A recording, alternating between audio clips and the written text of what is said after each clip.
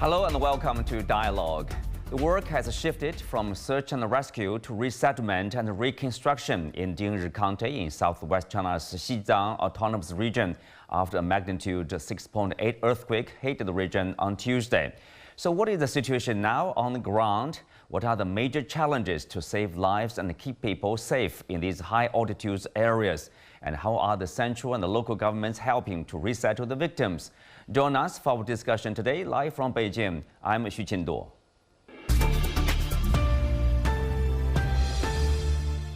Well, joining me today are Zheng Songwu, CGTN reporter in Xigaze, and Xuanmei, director of the State Key Laboratory of Geohazard Prevention and Geoenvironment Protection of Chengdu University of Technology, Stephen Hicks, seismologist from University College London, Noel McDermott, founder and CEO of Mental Health Works, and Wu Changhua, chair of the Governing Council of Asia Pacific Water Forum. Welcome to Dialogue. Well, first we will talk to our reporter on the ground, Zheng Songwu. Songwu, welcome to the show. So, by the time of this interview, it's been about 58 hours since the earthquake struck this region, the Dingri County in Xizang. We know that the rescue work has been shifted to resettlement, recovery. So tell us what's going on right now about the work in the region where you are.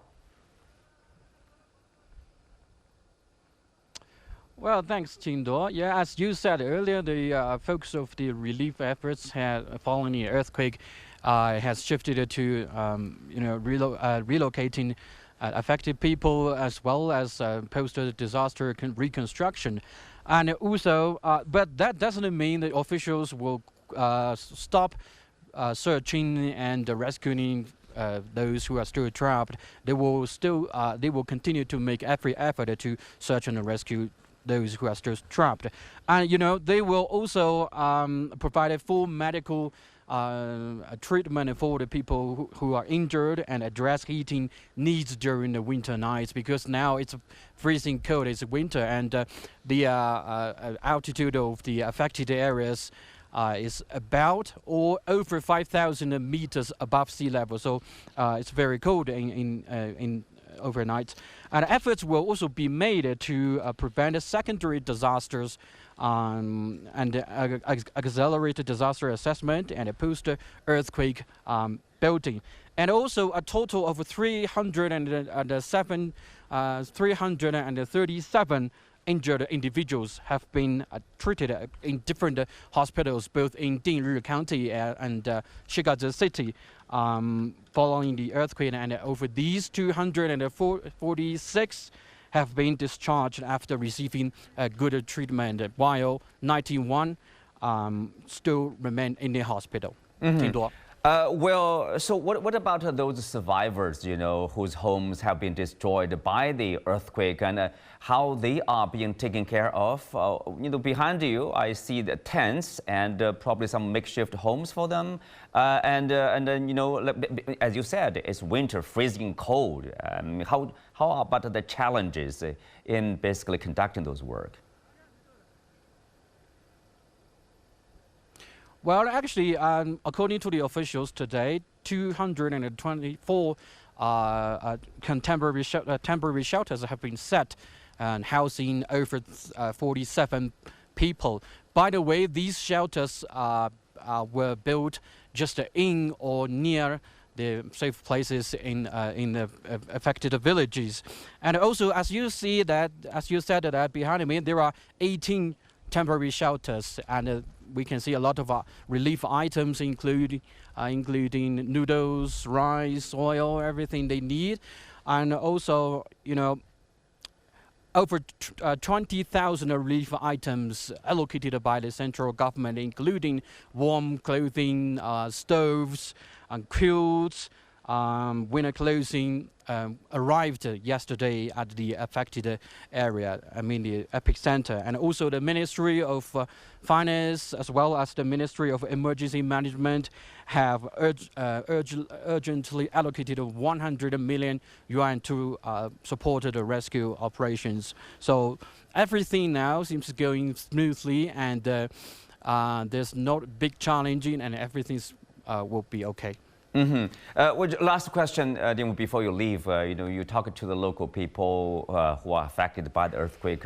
Obviously, they are, being through this very difficult time, very challenging time. With the arrival of those relief, goods, and also the workers from the government, from NGOs, from private companies, do you see a sign of relief now? They are being taken care of. Oh yes, actually we in these 2 days we visited many villages in the three most affected townships, like the Changshu townships and Quluo townships, as well as Tuoguo townships. And we talked to a lot of people. They told us that they were really happy with those help from the rescue workers, as well as the help from the central government, including, as you said, the relief items or relief materials like the warm clothing, water, food, everything that they need, and also the heating needs. Oh yes, the cold weather. Well, thank you, Songwu. Take good care of yourself too. Well, some of the rescue efforts that have been taking place, as Songwu said, many high altitude areas. So we also have here and Professor Xuanmei. Professor Fan, in those regions, high altitudes, more than 5,000 meters, before the sea levels. So in such a region, mountainous region, and also these high altitudes, what are the primary concerns probably for rescue efforts? I think for the rescue efforts, like you mentioned, the high altitude regions actually bring a lot of challenges for the rescue personnel, because people may have altitude sickness. So the rescue team need to adjust themselves to the high altitude. And also the quite special terrain there also putting challenges there, in my perspective, because of this terrain, people may not, the transportation and accessibility of the region is not that good. So bring heavy machinery and equipment to the region for rescue is pretty challenging compared to, other easy reach regions.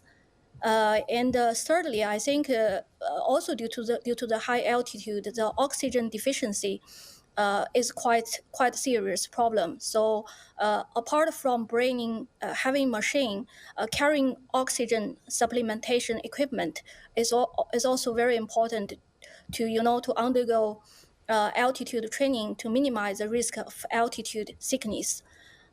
And also, we need to pay attention to the like post-earthquake disasters. Well, based on our estimation, landslides are not so serious problem in the region, but we still need to pay attention due to aftershocks.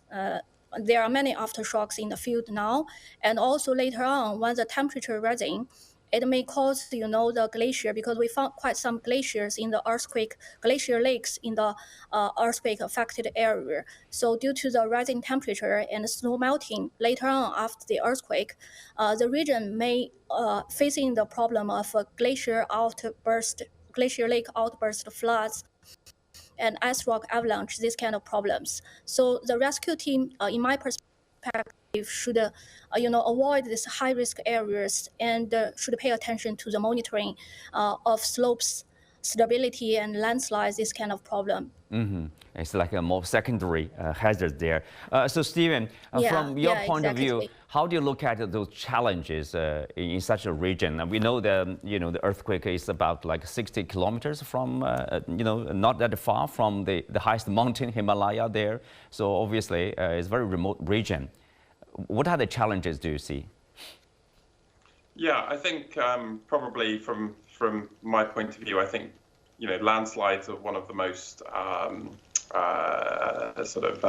important secondary impacts after a large earthquake, particularly in mountainous regions. I guess it sort of helps that this region is a sort of general, it's very high altitude, but it's generally a high plateau. So there's not too many sort of steep valleys like other parts of of China. Other impacts can also be what we call liquefaction. So this is where the ground shaking from an earthquake actually shakes up the ground and causes sort of the liquid, any groundwater in the ground to sort of move around, and that can sort of destabilize any buildings that are built on top of such sediments.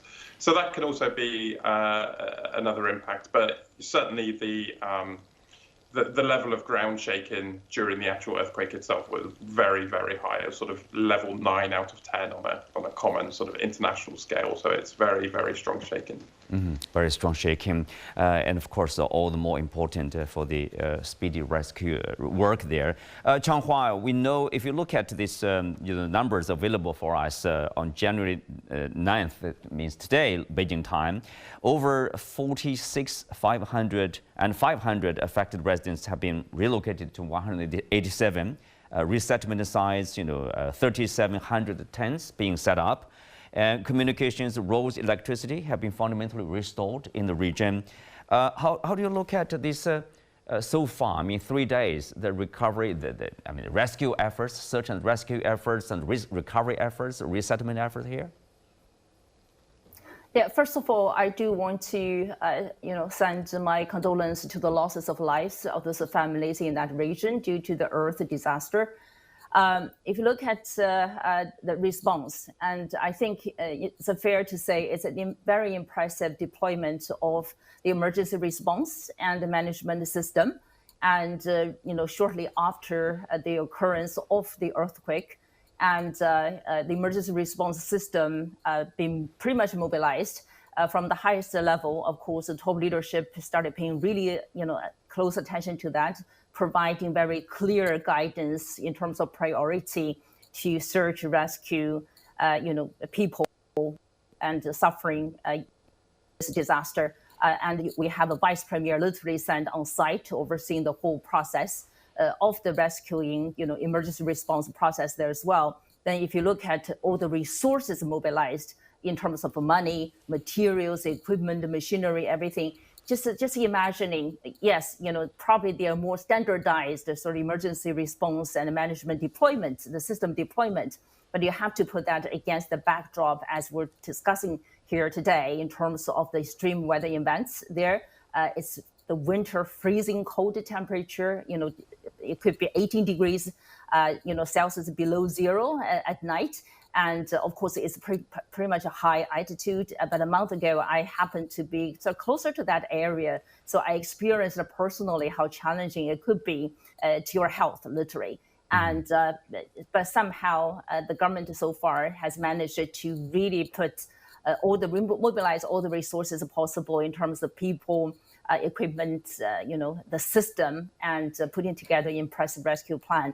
As you mentioned early on, and now it's the third day already. So the current stage is already shifted from search rescue and more towards resettlement, recovery, as well as rebuild. Well, Changhua, based on your understanding, of course, in this region, as well, our reporter told us, basically 3 townships there, several villages, obviously, most affected by the earthquake. What we have known the numbers in terms of like 200 million from the central government has already been earmarked. In addition, 80 million from the finance ministry also being earmarked basically for the recovery, resettlement, reconstruction of this region. So I would say, based on what happened in 2008, the strong earthquake, I think China has, people say, basically built such a well-functioning mechanism in response to disasters like this. Pretty much so. And I think now we officially have the Ministry of Emergency Response and Management. So we built up this governance mechanism system as well as the deploy system actually together in a very standardized, aligned with the international standards as well, to make sure. And on one side, we need to prevent, and we need to detect, observe, analyze, monitoring, and forecasting disasters as early as possible in order to prevent losses and the damages there. But in the meantime, when disaster occurs, we do have the standardized, mechanism system actually to deploy, to mobilize resources, including financial resources, particularly from national level, which is really, really critical. In this case, national government definitely has stepped in, and by providing the financial resources, public financing in particular, besides, of course, there are some companies and donations from the society chipping in to support the process in order to mobilize as much resources as possible in order to make sure, we will be able to respond in a very timely manner. And as we talked about here today, now it's within the 72 hours. Usually this is the most critical time in order to search, rescue, and make sure to minimize losses and damages as much as possible. But in the meantime, of course, now the current stage, we're moving into the next stage in terms of resettlement, recovery, rebuild, which is not easy at all in that particular environment, pretty fierce actually, environment there. But somehow, hopefully, more people, more resources will be mobilized to continue this effort. Yes. Well, Stephen, if you look at this, the happening of course, of this earthquake, what geological factors do you think, has probably contributed to this, the severity of this earthquake? Yeah, so Earth's sort of outer crust is divided into these tectonic plates. And these plates collide with each other in different ways. And we've actually got one plate to the south of the area, that's the Indian plate, so essentially the Indian subcontinent. And then we also have a big plate to the north. This is called the Eurasian plate, so it includes Europe, Asia, including China, of course. And so the collision point between those two plates is really the front of the Himalayan mountains. And this collision is happening at a rate of about 20 millimeters per year. So it's quite slow. It's about the rate at which your fingernails grow. But sort of that collision is happening over many, many thousands of years, and many of these faults do not cause an earthquake for a long time. So that that sort of collision is then accommodated or released by these big magnitude 7+ earthquakes. But in this particular case, this is quite a different earthquake to other earthquakes elsewhere in China, which have involved sort of what we call strike slip or horizontal motion along a fault. Here we've got what's called a normal faulting earthquake, where we have one sort of block across a fault sinking and the other one relatively moving up. So this is called a normal fault. And this is because the whole sort of plateau in the area is sort of extended. It can't support its weight anymore. So we have so this particular earthquake is a manifestation of this crust, which has become over thickened, that can't support its weight anymore. But it's definitely one of the largest earthquakes of this particular mechanism, of this particular type in the area. So looking back through historical catalogues, I can't see many other earthquakes of this magnitude in this part of the plateau. So it's quite sort of unprecedented, but these earthquakes can take sort of thousands of years to really build up to. Mm-hmm. Well, Stephen, we have basically counted over like 1,200 aftershocks since the earthquake, and of course we also reported minor quakes in some not far away regions. Anything we should pay attention to? Whether there will be earthquake in some other regions because this is an earthquake belt, or what about the aftershocks? Is that normal or anything special we should probably look out for? Yeah, so after magnitude 7 earthquake, we can typically expect tens of thousands of aftershocks, and those will gradually decay in the rate of those per day as time goes on. Now, typically, we have an average sort of rule of thumb law in seismology, and we say that on average, the largest aftershock size that we would expect is 1 unit of magnitude less than the main shock. So this earthquake was a magnitude 7, so therefore we can expect maybe a magnitude 6 earthquake. Now, I've looked at the aftershock catalogues, and I think there's only the largest I've seen so far has been about magnitude 5.1.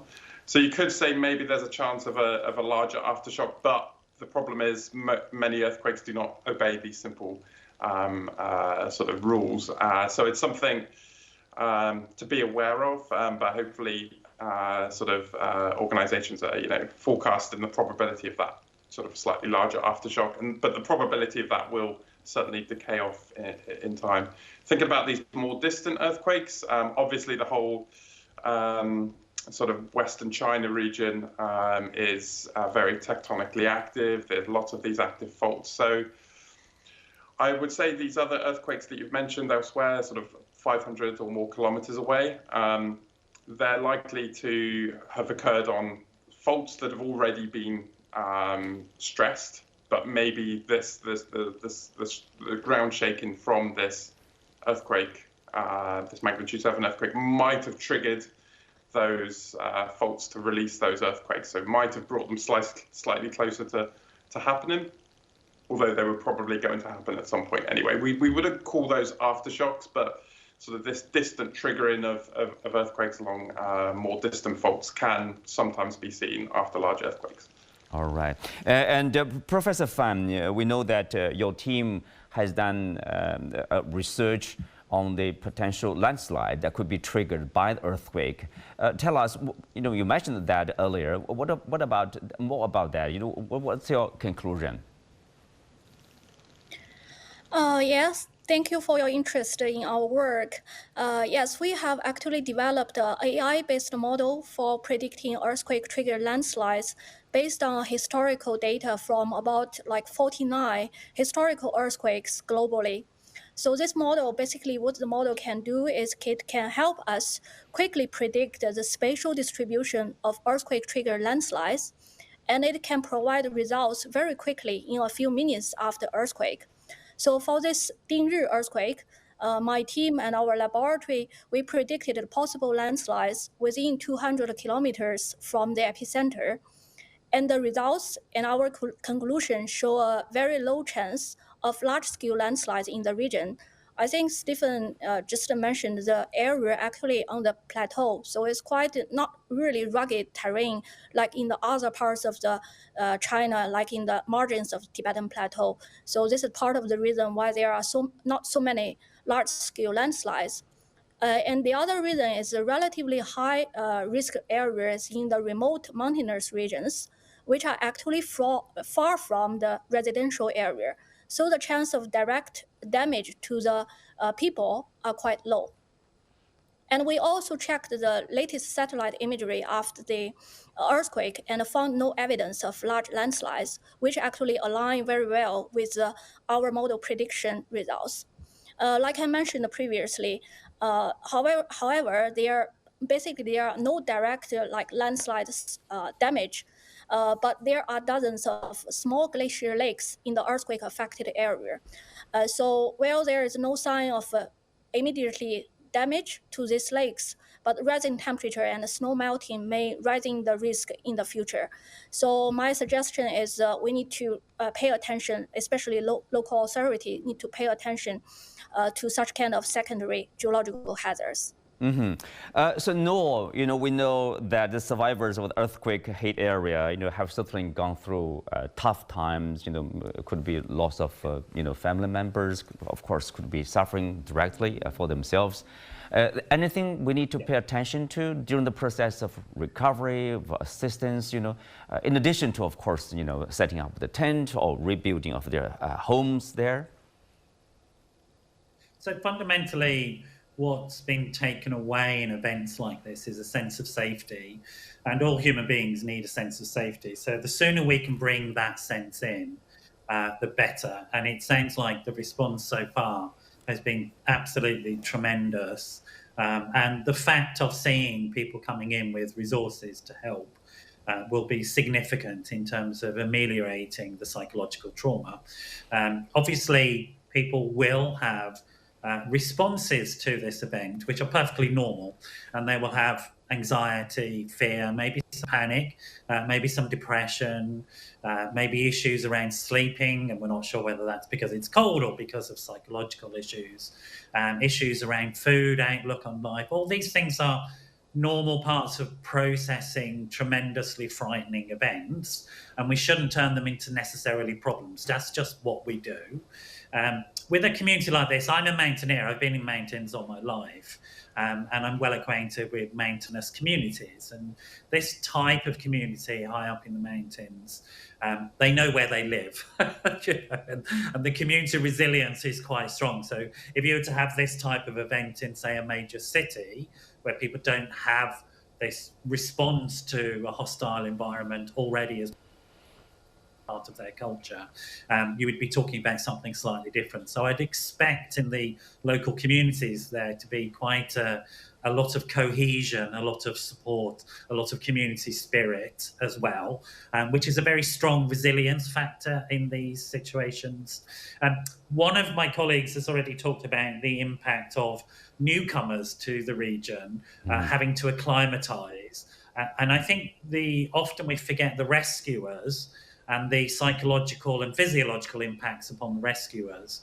And one of the best ways of managing reducing the impact of long-term psychological distress is making sure that we're supporting the rescuers effectively.